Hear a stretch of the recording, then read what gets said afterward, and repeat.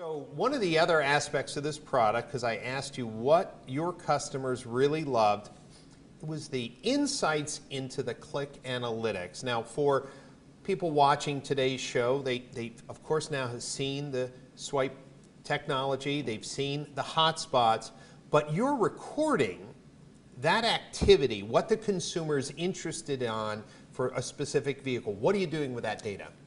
Great question. So we append to every lead that is submitted through a dealer's website what we call a lead intelligence form. And this is essentially a cheat sheet for the BDC department that shows what features a particular consumer is interested in. Wow, let me get this right. So if I go to a VDP, say of an Audi A4, and I click on the engine hotspot and spend maybe a minute watching an engine video and maybe just click on the interior, it may show some interest that they're maybe an engine buff or they're a performance buyer. When that lead goes into the dealer's CRM, where will they see that link or that data?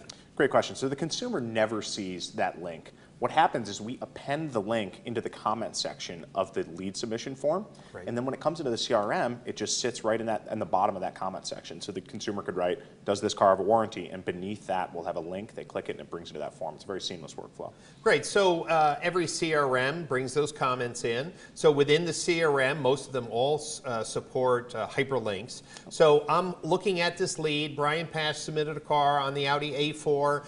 This was the question he had, and I can click on that link and it said, also, Brian spent 2 minutes watching the engine video, and Brian spent 2 minutes watching the warranty video that was hotspotted. Absolutely. And then I can tell that Brian Pash is interested in the engine and the warranty, whereas Devin Daly, for example, is interested in safety features and cargo space. That allows your BDC department to have a much more custom conversation with each lead.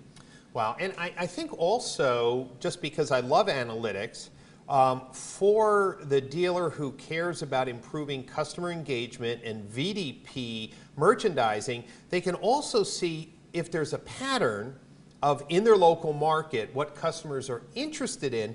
Maybe that helps them develop better content, provide better hotspot material, right? I would assume that smart dealers are going to take this hotspot analytics to another whole level. Yes, savvy dealers are looking at the aggregate data and determining, say I'm a dealer that has 2 Audi locations. I can determine that Q5's at this location, people are generally clicking on, again, let's use safety features, whereas at this location, they're more interested in performance. And then when they do marketing campaigns, they're able to use and utilize and leverage that insight.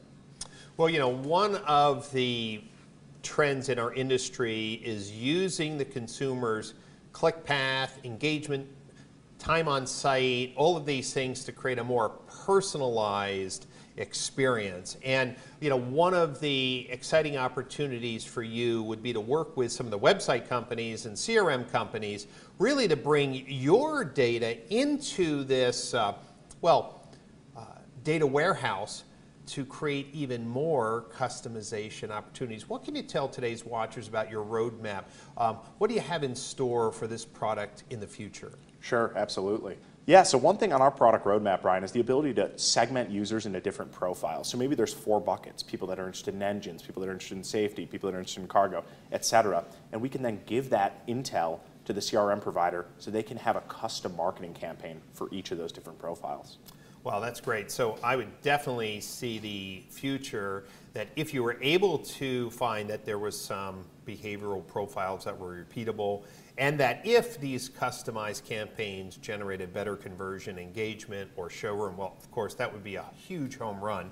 Because, well, in effect, you are giving consumers the keys to the car and almost letting them self-discover what's important to them. Yeah, absolutely, right? I mean, they're able to drive that whole educational process from start to finish. They can do 99% of their research online.